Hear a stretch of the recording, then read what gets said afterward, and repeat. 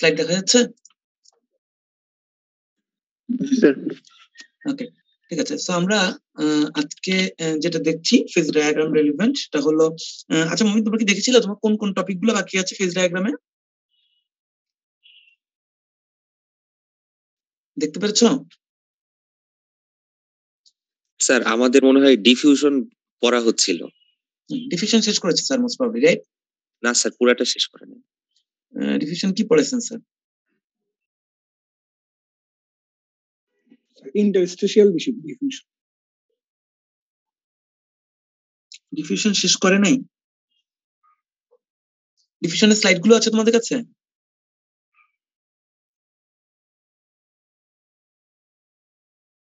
কথা শোনা যাচ্ছে? ডিফিউশনের স্লাইড কি আছে তোমাদের কাছে? না স্যার, স্যার মনে হয় আপলোড করেন নাই। স্যার আমি বলে দিলে স্যার আপলোড করে দিবেন, সমস্যা নেই। আচ্ছা, তোমাদের ডিফিউশনের লেকচার তো দিয়ে দেয়, আপনি স্লাইড দেয় না নাকি না? স্যার লেকচার দিয়ে দিয়েছেন, মানে স্যার স্লাইডটা হয়তো আপলোড করতে ভুলে গেছেন, স্যার তো লাস্ট উইক অনেক ব্যস্ত ছিলেন। আচ্ছা, তাহলে ডিফিউশনের স্লাইডটা আমাকে একটু উইকেন্ডে দাও, আমি একটু দেখি ডিফিউশন কতটুকু শেষ হয়েছে, ডিফিউশনে কিছু বাকি আছে কিনা। ওকে ঠিক আছে, এটা একটু দেখবো। আর সম্ভবত এরপরে তোমাদের বাকি আছে নিউক্লিয়েশন গ্রোথ, প্রেসিপিটেশন, মার্টেনসাইটিক ট্রান্সফরমেশন। মার্টেনসাইট তোমরা একটু মনে শিখেছো ইয়ের ক্ষেত্রে, অল্প একটু মার্টেনসাইটিক ট্রান্সফরমেশন মানে তোমরা শিখেছো আয়রন কার্বন ডায়াগ্রামের ক্ষেত্রে, তাই না? ঠিক আছে, কিন্তু তোমাদের ওভারঅল যে মার্টেনসাইটিক ট্রান্সফরমেশন বলতে যেটা বোঝায় সেটা হচ্ছে ডিফিউশন লেস ট্রান্সফরমেশন যেটা, ঠিক আছে, সেটা আমরা দেখবো আর কি। আমরা এখানে আরেকটা জিনিস আজকে যেটা দেখবো, এটা একটা ইম্পর্টেন্ট জিনিস, সেটা হলো ফেজ ডায়াগ্রাম কিভাবে কনস্ট্রাক্ট করা হয়েছে বলতো দেখি। তোমরা যে ফেজ ডায়াগ্রামটা শিখেছো এগুলো কে কনস্ট্রাক্ট করেছে, কিভাবে কনস্ট্রাক্ট করছে বলতো? কনস্ট্যান্ট প্রেসারে হচ্ছে কি টেম্পারেচার আর কম্পোজিশন এরিয়া নেওয়া হচ্ছে, যদি সেটা বাইনারি হয় আর কি, প্রজেকশন নিচে। মানে ডায়াগ্রাম গুলো কি এক্সপেরিমেন্টালি তৈরি করা নাকি?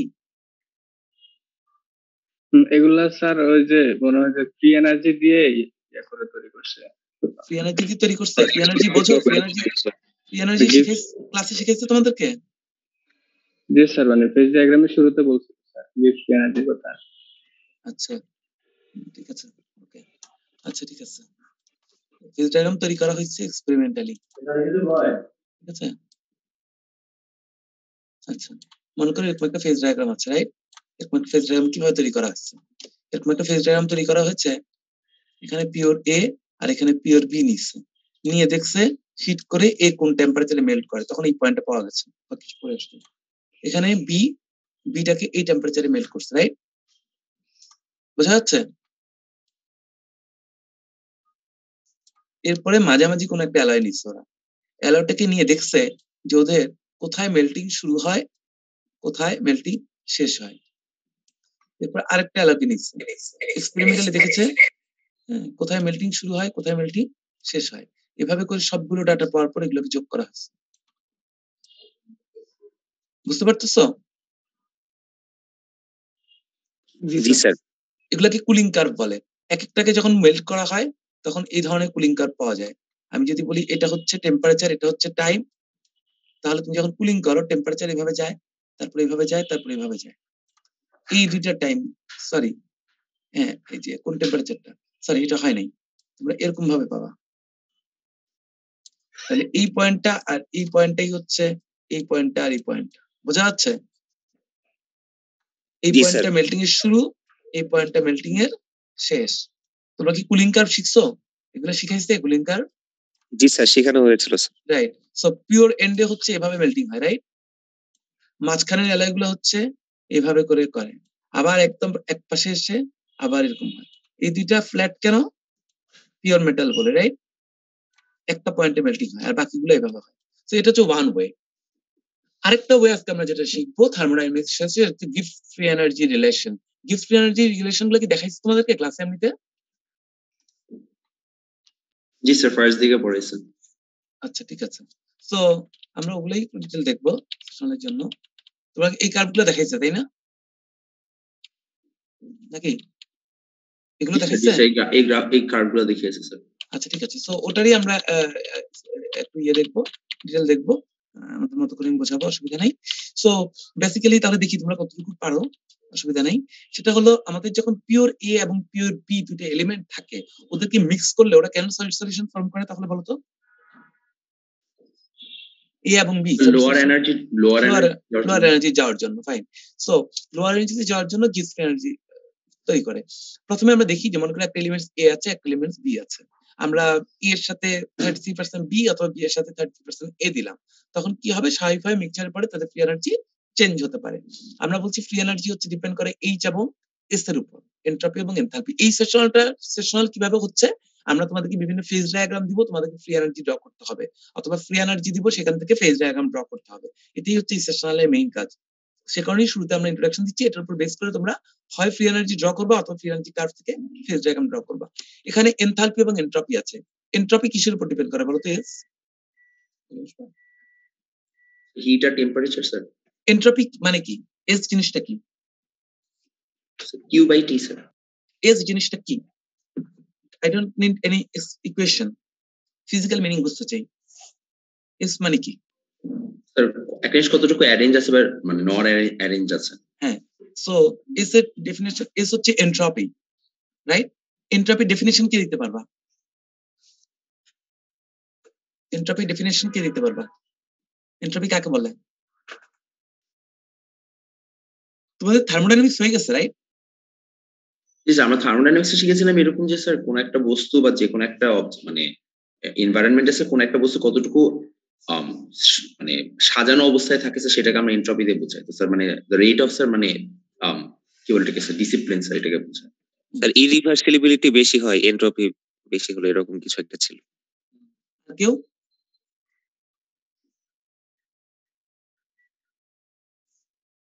আর কারো কি অবস্থা?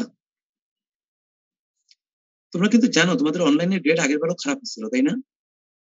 এর কারণটা কি জানো? কারণটা হচ্ছে তোমরা অনলাইনে লগ ইন করে দুইজনকে দায়িত্ব দিয়ে রাখো কথা বলার জন্য। দ্যাটস ইউর রেজাল্ট, মানে সেটাই তোমাদের রিফ্লেকশন হয় তোমাদের গ্রেডে। So you are approaching the same way again, okay? Whatever, it's up to you. Grade তোমাদের প্রয়োজন আছে কিনা এটা তোমাদের কাছে, বাট আমি যেটুকু বুঝতে পারছি তোমরা ভালো মতো জানো না, that's all. So that will be reflected in the grade sheet, okay? So entropy হচ্ছে, যেটা আমি ক্লাসে দেখতেছি বাকি 48 জনই এনট্রপি ডেফিনিশন জানো না থার্মোডাইনামিক্স এবং ফেজ ডায়াগ্রাম করার পরে। সো আমি এক্সপেক্ট করি না তোমাদের ভালো গ্রেড পাওয়ার কোনো চান্স আছে বলে, হোয়াটএভার। সো এনট্রপি হচ্ছে degree of randomness, lacking of অর্ডারনেস, ঠিক আছে? র্যান্ডম শব্দটা যদি না বলো তাহলে তোমার এনট্রপি ডেফিনিশনই হবে না, ঠিক আছে? এটা তোমরা শিখো বা না শিখো জানি না, বইয়ে পড়তে পারো, পড়াশোনা করতে হবে। আচ্ছা, আর এনথালপিটা কি? এইচ। এনথালপি এইচটা কি? এইচ এইচ কি বলতো?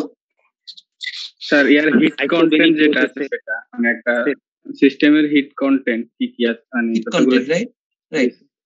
এটা কিসের সাথে রিলেটেড বলো তো? ম্যাটেরিয়ালস এর এক্স্যাক্টলি কিসের সাথে রিলেটেড এইচ এর ভ্যালুটা? এস যেমন র্যান্ডমনেস এর সাথে রিলেটেড, এস ডিপেন্ড করে এলিমেন্ট গুলো কিভাবে, অ্যাটম গুলো কিভাবে সাজানো আছে তার উপর। এইচ কিসের সাথে related? Internal energy. Internal energy কিসের ইন্টারনাল এনার্জি? সিস্টেমের।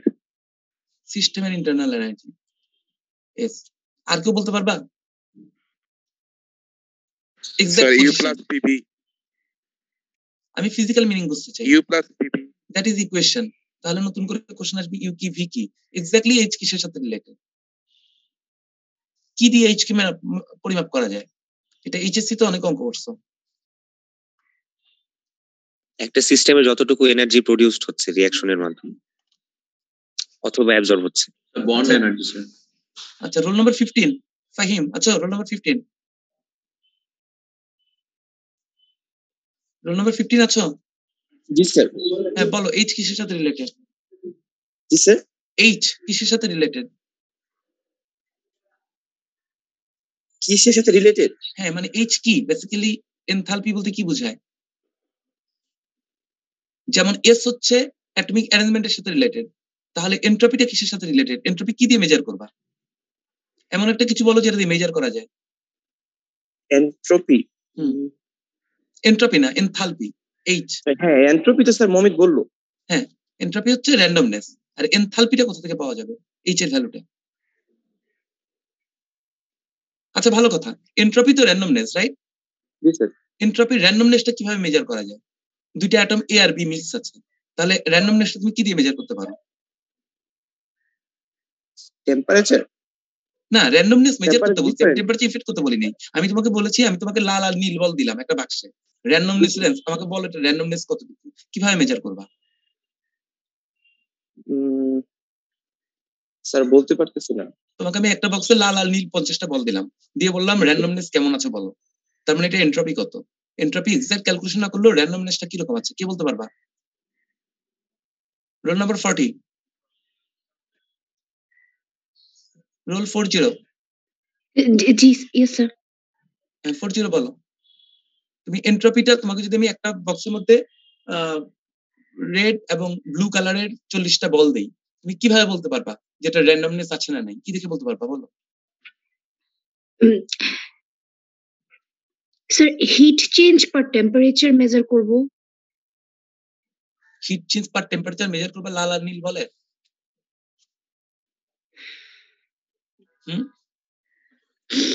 স্যার তারা কতভাবে অ্যারেঞ্জ হইতে পারে ওইটা নির্ণয় করব। Sir a + b factorial divided by sequence দেখে, সিকোয়েন্স দেখে না, এটা তো পারমুটেশন কম্বিনেশনের ম্যাপ। সেটা হচ্ছে কত রকম র্যান্ডমনেস হইতে পারে সেটা। তোমাকে আমি একটা বক্স দিয়েছি, তুমি যেটা চাচ্ছ এটা হচ্ছে পৃথিবীতে এরকম বক্স দিলে কার কাছে কত রকম র্যান্ডমনেস আসছে। আমি চাচ্ছি তোমার অঙ্কের অ্যান্সার, তোমার বক্সের র্যান্ডমনেস কত। তো সেখানে পারমুটেশন কম্বিনেশন করে অল পসিবল র্যান্ডমনেস ব্যবহার বের করার কোনো দরকার নেই। তোমাকে মেজার করতে হবে তোমার বক্সের র্যান্ডমনেস কত। তোমার বক্সের র্যান্ডমনেস হচ্ছে কয়টা লাল কয়টা নীল বল আছে। যদি 100টাই লাল বল হয় র্যান্ডমনেস ইজ 0, যদি 100টাই নীল বল হয় র্যান্ডমনেস ইজ 0, যদি 100টার মধ্যে 10টা লাল বল হয় তখন তোমার র্যান্ডমনেসটা আসতেছে 10টা। তখন তোমাকে বের করতে হবে একটা বলের চারদিকে কয়টা করে লাল অথবা একটা লালের চারদিকে কয়টা করে নীল পড়ছে সেটা দিয়ে। বুঝতে পারছি? জি স্যার। তাহলে বলো কয়টা লাল কয়টা নীল হলে র্যান্ডমনেস ম্যাক্সিমাম হবে? Sir equal amount. Equal amount হলে। সবাই বুঝতেছো? যখন ম্যাক্সিমাম লাল লাল নীল যখন 50-50 হবে তখনই তোমার র্যান্ডমনেস হবে ম্যাক্সিমাম। ক্লিয়ার? এই লাল নীল দিয়ে আমরা বোঝাতে চাচ্ছি যেমন copper zinc alloy CuZn 50-50। So যদি কপার জিঙ্ক 50-50 হয় তখন র্যান্ডমনেস হবে ম্যাক্সিমাম, কারণ প্রত্যেকটা কপার চারদিকে ম্যাক্সিমাম সংখ্যক জিঙ্ক দেখবে, প্রত্যেকটা জিঙ্ক চারদিকে ম্যাক্সিমাম সংখ্যক কপার দেখবে। তুমি যদি 90 কপার জিঙ্ক নাও তাহলে জিঙ্ক চারদিকে হিউজ কপার দেখবে, কিন্তু কপার কিন্তু ম্যাক্সিমাম ক্ষেত্রে তার সাইডে কপার কি পাবে যেহেতু কপার 90। সো দুইজনকে যদি ম্যাক্সিমাম পিকে ফেলতে হয় তাহলে তোমাকে 50-50 কম্পোজিশনে যেতে হবে। বোঝা গেছে? জি স্যার। আচ্ছা এখন বলো এনথালপি কিসের সাথে রিলেটেড? H, রুল 49, 49 আছো? জি স্যার। বলো তো দেখি এনথালপি কিসের সাথে রিলেটেড? এনথালপি মানে কি? তোমরা তো থার্মোডাইনামিক্স পড়ে শেষ করে আসছো। H মানে কি? স্যার আমার তো স্যার এখন একটু ক্লিয়ারলি মনে নাই স্যার, একটু দেখতে হবে আবার। আচ্ছা এমনিতে কোনো ধারণা নাই, মুখস্থ বলার দরকার নাই। এনথালপি কিসের সাথে রিলেটেড? এনথালপি তোমরা এইচএসসি তে করেছো। মনে করো মিথেন অক্সিজেনের সাথে রিঅ্যাকশন করে কার্বন ডাই অক্সাইড পানি তৈরি করে, এই প্রক্রিয়া কতটুকু হিট উৎপন্ন হয় বা অ্যাবজর্ব হয় এটা করেছো না? জি স্যার, জি স্যার। ডেল্টা এইচ ক্যালকুলেট করতাম মনে পড়ে? Heat generated produced. রাইট, ওই ডেল্টা এইচটা কিভাবে ক্যালকুলেট করতাম বলো? স্যার আমরা হচ্ছে কি রিঅ্যাকশন হওয়ার পর যেই মানে প্রোডাক্ট মাইনাস রিঅ্যাকট্যান্ট। গুড। প্রোডাক্টের কি থেকে কি বিয়ান্স করতাম? কোন টার্ম থেকে কোন টার্ম? প্রোডাক্টের কোন জিনিসটা থেকে কোন জিনিসটা বিয়োগ করতাম বলো তো? প্রোডাক্টের কি ক্যালকুলেট করতাম? কি ছিল ওখানে? মনে করো মিথেনের কি নিতা, কোনটাকে মাইনাস করতাম মনে আছে? Sir bond energy sir. Bond energy, that's the enthalpy. তুমি যদি মিথেনেরটা বের করতে চাইতা CH কে 4 দিয়ে গুণ করতাম মনে আছে? এত জুল পার মোল পার কার্বন এইচ, সো CH কে 4 দিয়ে গুণ করতাম, পানির ক্ষেত্রে OH কে 2 দিয়ে গুণ করতাম মনে আছে? So bond energy, it's all about bond energy. So enthalpy হচ্ছে বন্ড এনার্জি। বোঝা যাচ্ছে? আপনারা ক্লিয়ার? জি স্যার। আচ্ছা তাহলে দেখো, তাহলে আমরা বলতে পারি যে যখন দুইটা এলিমেন্টকে একসাথে করা হয় তখন দুটো পরিবর্তন ঘটে। একটা হচ্ছে A তার দিকে B দেখে কিনা, B চারদিকে A দেখে কিনা, এটা হচ্ছে র্যান্ডমনেস। আরেকটা হচ্ছে A B কোনো বন্ডিং চেঞ্জ করে কিনা। ঠিক আছে? আচ্ছা এখন বলো A আর B যদি মিক্স করি এজ বাড়বে কমবে না ফিক্স থাকবে? বাড়বে। অবভিয়াসলি বাড়বে, কোনো ক্ষেত্রে কমার সুযোগ নাই, রাইট? আচ্ছা A আর B যদি মিক্স করি H এর ভ্যালু চেঞ্জ হবে নাকি হবে না? হতে পারে না হতে পারে। হতে পারে নাও হতে পারে, ফাইন। কখন হবে না বলো তো? যদি স্যার তাদের বন্ড হবে না। ক্রিয়েট না হয়। গুড।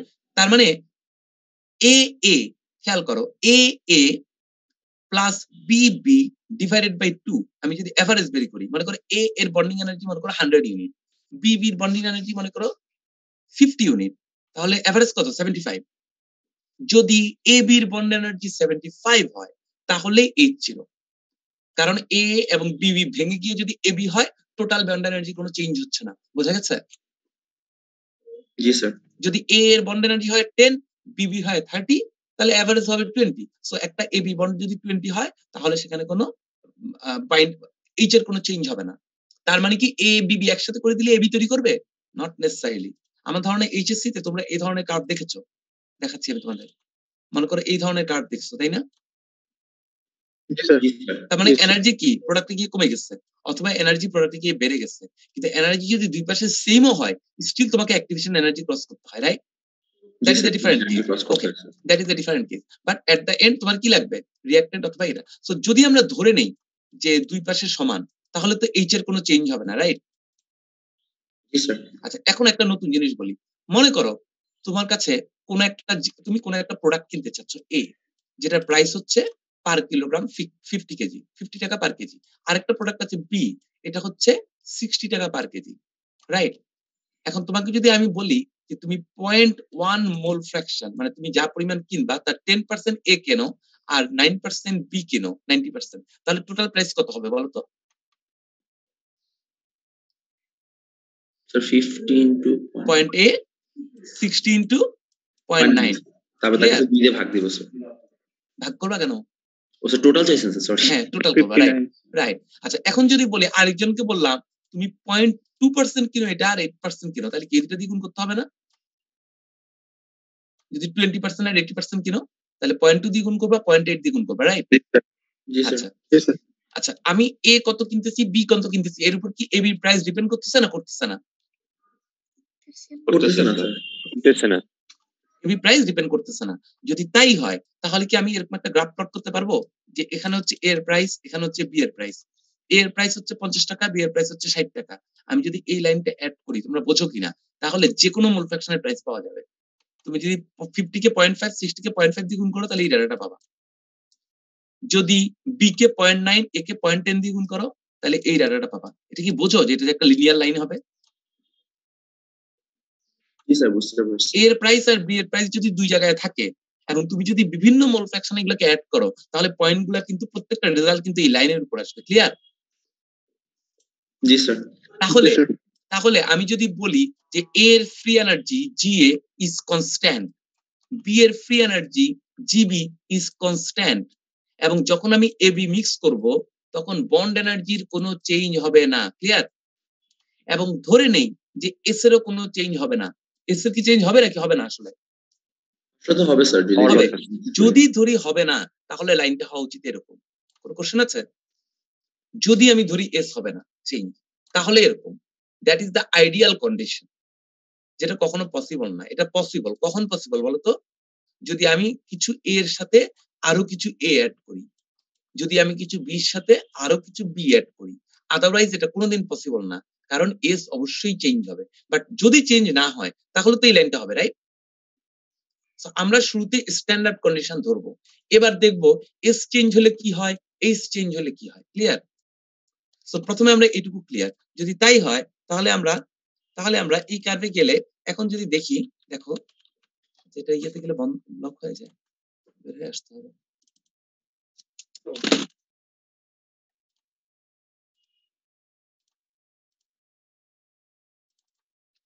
ওকে, এখন হচ্ছে না। স্লাইড কি দেখা যায়?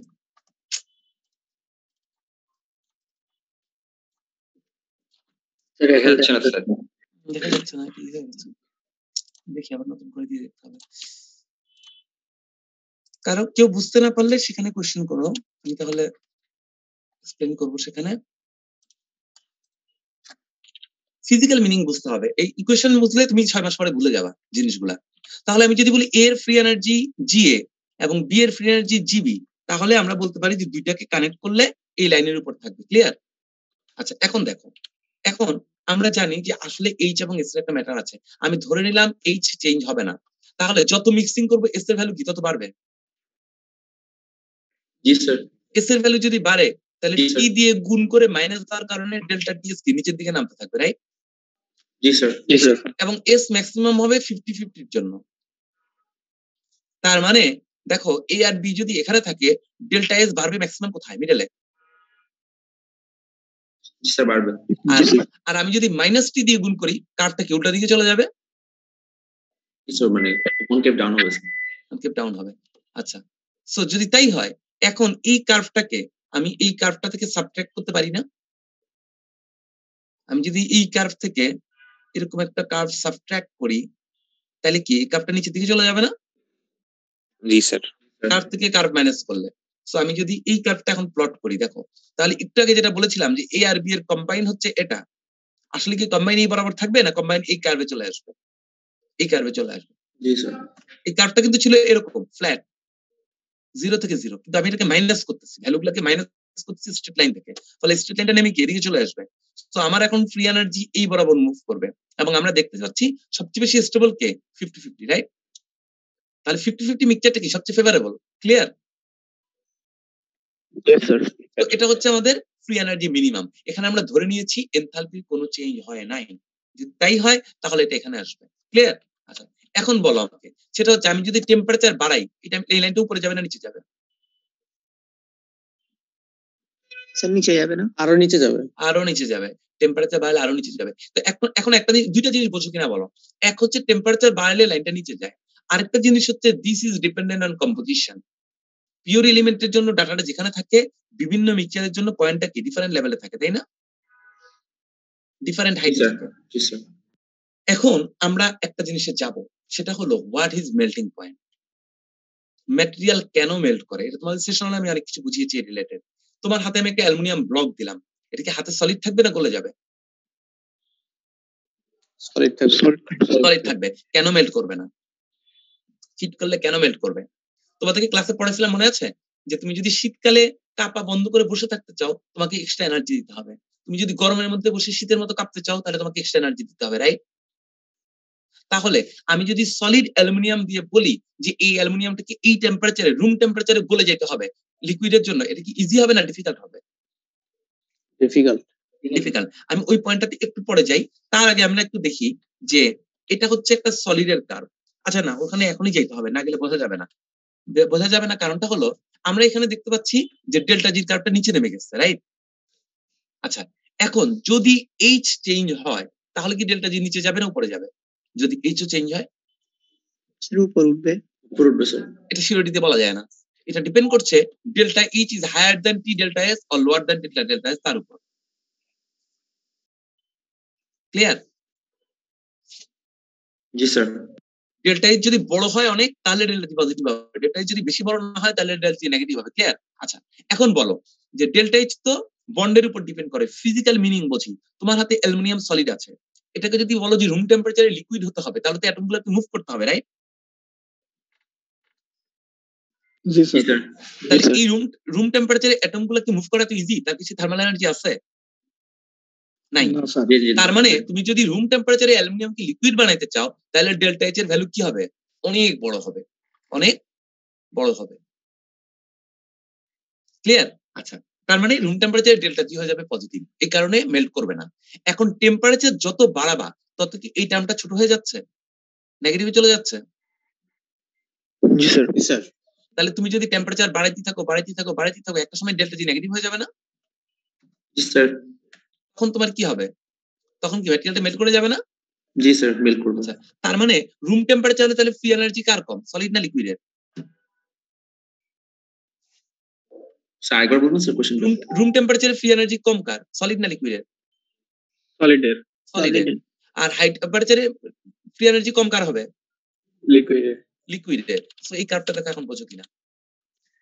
দেখো, তুমি যখন রুম টেম্পারেচারে যাবা তখন সলিডের ফ্রি এনার্জি নিচে, যখন টেম্পারেচার বাড়াতে থাকবা তখন মাইনাস টি ডেল্টা এস কি করবে, লিকুইডটাকে নিচে নামাবে, সলিডেরটাকে উপরে তুলবে, রাইট?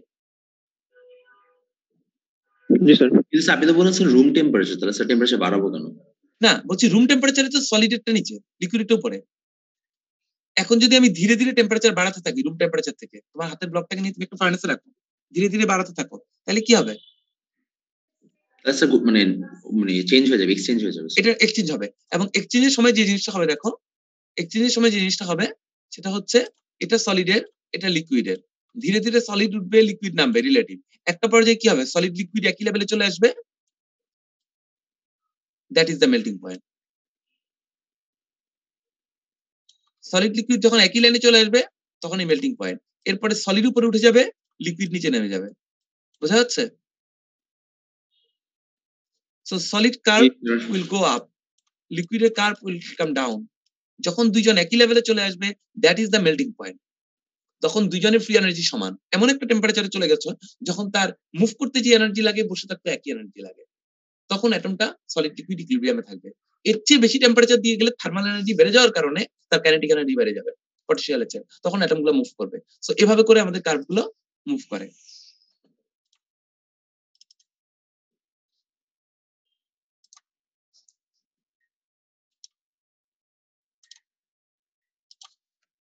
সো দেখো, এটা সলিড, এটা লিকুইড, এটা কি মেল্টিং এর উপরে না নিচে বলো তো? মেল্টিং এর উপরে। তো যখন উপরে চলে যাবে তখন লিকুইড টেম্পারেচারটা নিচে চলে আসবে, মেল্টিং এর উপরে চলে গেলে লিকুইডটা নিচে চলে আসবে। সো আমরা এখন পর্যন্ত দেখলাম একটা হচ্ছে ডেল্টা জি শেপটা হচ্ছে এমন, আরেকটা হচ্ছে সলিড লিকুইড কার্ভগুলো আপ ডাউন করে, আরেকটা হচ্ছে ভিন্ন ভিন্ন কম্পোজিশনে অ্যাবসলিউট ভ্যালুগুলো ডিফারেন্ট হয়, রাইট? আদারওয়াইজ সলিডেরটা একটা স্ট্রেট লাইন হতো, লিকুইডেরটা একটা স্ট্রেট লাইন হতো। ক্লিয়ার? আচ্ছা, এটা অনেকটা ব্যান্ড থিওরির মতো। ব্যান্ড থিওরিতে তোমরা ভ্যালেন্স ব্যান্ড কি কিভাবে আঁকো? একটা হরাইজন্টাল লাইন দিয়ে, তাই না? কন্ডাকশন ব্যান্ড এবং হ্যাঁ, বেসিক্যালি কিন্তু ব্যান্ডও কিন্তু আসলে এরকম, ব্যান্ডও হরাইজন্টাল লাইন না, ঠিক আছে? এরকম কার্ভ হয় রিয়েল সেন্সে। এখানেও তাই, তুমি এখানে স্ট্রেট লাইন ধরতে পারবা না, কারণ এদের ভ্যালুগুলো আসলে ডিফারেন্ট। ব্যান্ডের ক্ষেত্রে আসলে তাই হয়, ভিন্ন ভিন্ন এনার্জিতে ব্যান্ড হয় এরকম বাঁকা, উপরেরটা এরকম বাঁকা হয়, নিচেরটা এরকম বাঁকা হয়। যে জায়গাটা মিনিমাম ডিস্টেন্স সেটাকে আমরা ব্যান্ড গ্যাপ বলি। আচ্ছা, যাই হোক, এখন তাহলে আমরা চলে যাই যে একটা অ্যালয়ের ক্ষেত্রে। আচ্ছা, এটা আমি তোমাদের ইয়ে দিয়ে একবারে বুঝাই দিই, স্লাইড থেকে না দেখে ড্রয়িং করে বুঝাই দিই, তাহলে তোমাদের বোঝাটা ইজি হবে। দেখো, এটা বোঝার পরেই আজকে তোমাদের ইয়ে শেষ হবে। এই জায়গাটা দেখো, মনে করো এটা একটা অ্যালয়, এটা একটা ইয়ে, আমি এই অ্যালয়টার কথা চিন্তা করতেছি। এই অ্যালয়টার এই টেম্পারেচারে সলিড না লিকুইড? লিকুইড। লিকুইড। সো এই টেম্পারেচারে যদি আমি ফ্রি এনার্জি ড্র করি, তাহলে লিকুইডের কার্ভটা নিচে থাকবে, রাইট? সলিডের কার্ভটা উপরে থাকবে, ঠিক আছে? এরপরে কি হবে? যতই টেম্পারেচার ডাউন হবে তত আমার সলিডের কার্ভটা নিচে যাবে, লিকুইডের কার্ভটা উপরে যাবে।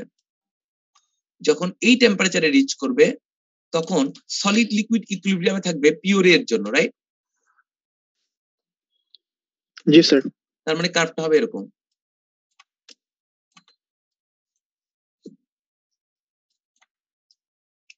বোঝা যাচ্ছে? জি স্যার। তার মানে দেখো, এখন এই জায়গাটা পুরোটা কি লিকুইড, এখানে দেখো পুরোটা নিচে লিকুইড আছে। একটা জিনিস মনে রাখবা, যদি সলিডের কার্ভ এরকম হয়, লিকুইডের কার্ভ এরকম হয়, অথবা সলিডের কার্ভ এরকম হয়, লিকুইডের কার্ভ এরকম হয়, তার মানে স্টেবল কি লিকুইড।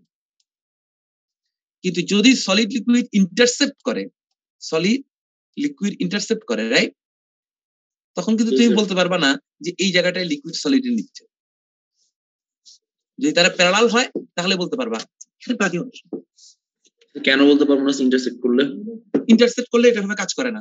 তখন যেটা হবে, যখন ইন্টারসেক্ট করবে তখন সলিড লিকুইড অপোজিট ইয়ে থাকে, তখন তোমাকে এই দুইটার মিনিমামের মধ্যে একটা স্পর্শক ড্র করতে হবে, ওটা হচ্ছে টু ফেজ জোন। ফ্রি এনার্জিতে যখন প্যারালাল সেটা হচ্ছে সিঙ্গেল। এখানে দেখো পুরো সলিডের নিচে পুরো লিকুইড আছে, তার মানে হচ্ছে পুরোটা জায়গায় হচ্ছে কি লিকুইড, যেটা আমরা ডায়াগ্রামও দেখতে পাচ্ছি। কিন্তু এখন দেখো, আমি যদি মাঝের একটা টেম্পারেচার নেই T2, যে অ্যালয় এখানে ধরি, তাহলে দেখো এইটুকু কি তখন আমার সলিড এন্ড লিকুইড, তাই না? এইটুকু হচ্ছে সলিড আর এইটুকু হচ্ছে লিকুইড, রাইট? ক্লিয়ার? আমি আরেকটা ছবি আঁকি, বুঝতে সুবিধা হবে।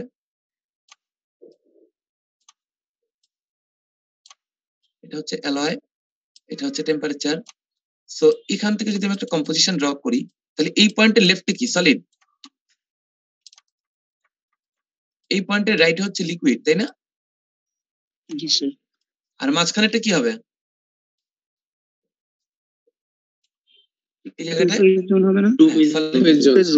Solid plus liquid. এবার ফ্রি এনার্জি দেখো, ফ্রি এনার্জি দিয়ে এবার কিভাবে চেঞ্জ হচ্ছে।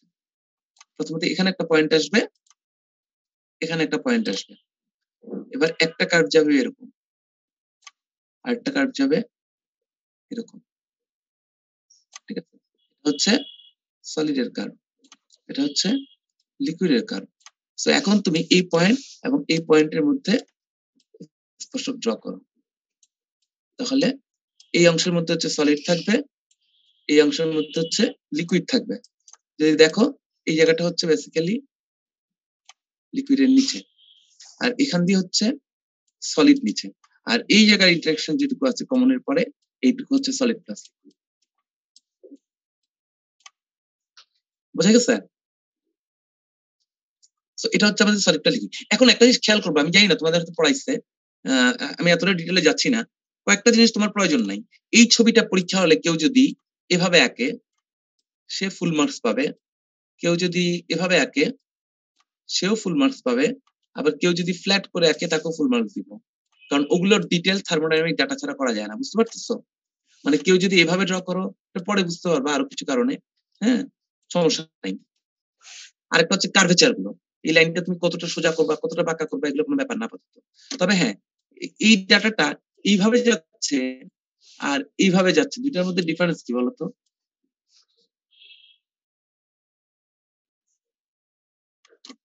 দেখছো কার্ভ দুইটা ডিফারেন্স? একটা হচ্ছে এই পাশ থেকে একটু নেমে গিয়ে গেছে, আর একটা স্ট্রেট উঠে গেছে।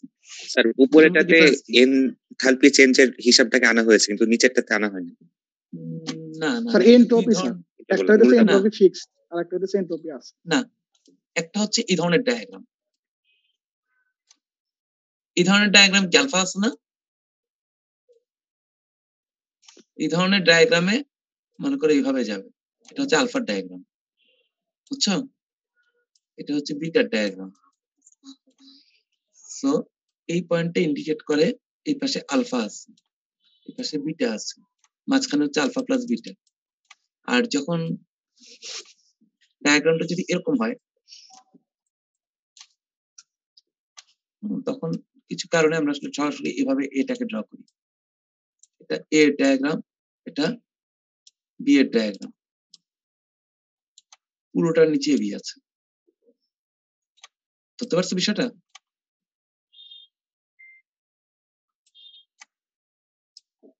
এখানে আলফা বিটা আছে, এটা এ প্লাস বি কমপ্লিটলি ইনসলিউবল।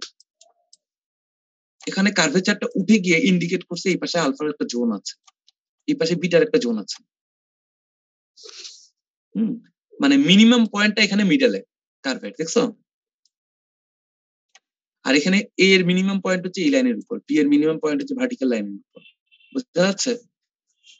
যখন পিওর এলিমেন্ট হচ্ছে এ আর বি, তখন তোমার এই কার্ভের মিনিমাম পয়েন্ট এখানে, তখন তুমি যদি এখান থেকে আনো, হ্যাঁ তখন কি মনে হয়? তখন মনে হয় যে এইটুকুর মধ্যে এ প্লাস বি, রাইট? এই জায়গাটা এ, আসলে তো তা না। ক্লিয়ার? জি স্যার। হ্যাঁ, সো সে কারণে তুমি কার্ভ যখন ড্র করো তখন এভাবে ড্র করো অথবা এইভাবে ড্র করো অথবা এইভাবে কার্ভ এইভাবে দিতে হবে, এভাবে দেখা যাবে না। এই দুটার মধ্যে ডিফারেন্স আছে। এটার মানে হচ্ছে সাইডে কোনো পার্শিয়াল ফেজ নাই, এটার মানে হচ্ছে সাইডে একটা পার্শিয়াল ফেজ আছে। এই ডিফারেন্সটা মাথায় রাখতে হবে। ওকে, সো আমরা আরেকটু নিচে টেম্পারেচারে চলে যাই। তাহলে কি আমরা পার্শিয়াল ফেজটা দেখাই ড্র করব? হ্যাঁ, যদি পার্শিয়াল ফেজ থাকে তাহলে অবশ্যই পার্শিয়াল ফেজ থাকে ড্র করব, যদি পার্শিয়াল ফেজ থাকে। আর আমরা যখন এই টেম্পারেচারে চলে আসবো তখন কি হবে? তখন সিম্পল, কার্ভ দুটো হয়ে যাবে এরকম, নিচেরটা সলিড উপরেরটা লিকুইড। আর আরো নিচে টেম্পারেচারে চলে গেলে টোটালি নিচে সলিড উপরে লিকুইড। ক্লিয়ার? আমার ধারণা তোমরা এখন তোমাদের এমনিতে তো মনে হয় পড়ানো হয়েছে এই জিনিসগুলাই, ঠিক আছে? সেশনালে পড়ানো হওয়ার কথা।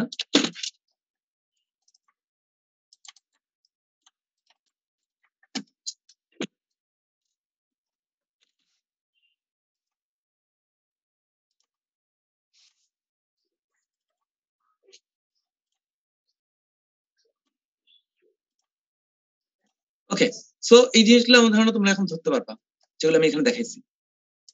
কার দেখাচ্ছে না? আমার ধারণা এগুলো তোমরা এখন বুঝতে পারবা, সমস্যার কথা না। হ্যাঁ, আর এই ডায়াগ্রাম কি তোমাদের দেখানো হয়েছে? স্যার এগুলো থার্মোডাইনামিক্স পড়াইছিলাম। হ্যাঁ, থার্মোডাইনামিক্স পড়া হচ্ছে। এখন যেহেতু ফেজ ডায়াগ্রামের সাথে রিলেট করছো, এটা তোমরা বোঝার চেষ্টা করবা। আমি তোমাদেরকে যেটা করব, আমি যেহেতু তোমাদের পরে একটা ভাইবা নিব, আমি এটা পড়াইলাম না, এইটা বা এই রেলিভেন্ট কোনো একটা দিয়ে আমি তোমাকে কার্ভটা এক্সপ্লেন করতে বলবো। তো তোমাদের আজকের মেইন কাজটা হলো জাস্ট গ্রাফ থেকে কিভাবে ফ্রি এনার্জি থেকে গ্রাফ প্লট করা কিন্তু কঠিন, এটা তোমরা মনে হয় জানো। যদি এই 5টা ফ্রি এনার্জি আমি গ্রাফ প্লট করতে বলি, তাহলে এটা এই ডায়াগ্রামটা না দেই, এটা একটু কঠিন। প্রথমেই তোমাকে কার্ভ দেখে বুঝতে হয় যে এটা কি ধরনের কার্ভ। যেমন এটা দেখে বোঝা যায় যে হ্যাঁ এখানে বোঝা যাচ্ছে এখানে আলফা বিটার ফেজ আছে, এটা একটা পার্শিয়াল ডায়াগ্রাম। হ্যাঁ এখানে দেখা যাচ্ছে ক্রিটিক্যাল পয়েন্ট আছে। এরপরে পয়েন্টগুলো মানে প্রথমে কার্ভ শেপটা আইডিয়া করে ফেলতে হয়, এটা কি পার্শিয়াল, কমপ্লিট সলিউবল, ইনসলিউবল, এটা একটা কার্ভগুলো কয়টা কার্ভ দেখে বুঝতে হয়। এরপরে তোমাকে এক্সাক্ট টেম্পারেচার গুলো নোট নিয়ে কম্পোজিশন গুলো নোট নিয়ে ডায়াগ্রামটা ড্র করতে হয়। এটা একটু কঠিন রিভার্সটা, বাট যদি ডায়াগ্রাম দিয়ে কার্ভ আঁকতে বলি সেটা কিন্তু অ্যাটলিস্ট ইজি, ওটা কিন্তু খুব একটা কঠিন না, তাই না? ঠিক আছে, ডায়াগ্রাম দিয়ে তোমাদেরকে যদি কার্ভ আঁকতে বলি তাহলে সেটা খুব একটা কঠিন হবে না। তোমরা এই জিনিসটা প্র্যাকটিস করবে আর কি ওর সাথে। ঠিক আছে, তাহলে আমি তোমাদের যে 3টা টপিক আছে এই 3টা টপিক ইনশাআল্লাহ নেক্সট উইকের 4টা ক্লাসে শেষ করে দিব। আর তোমাদের একটা ক্লাস টেস্ট নিয়ে নিবো এর মধ্যে যে কোনো এক সময়। প্রথম উইকের ক্লাস দুটো নেওয়ার পরেই একটা ক্লাস টেস্ট নিয়ে নেবো, তোমরা যখন বলো। ঠিক আছে, okay sir. Okay, thank you.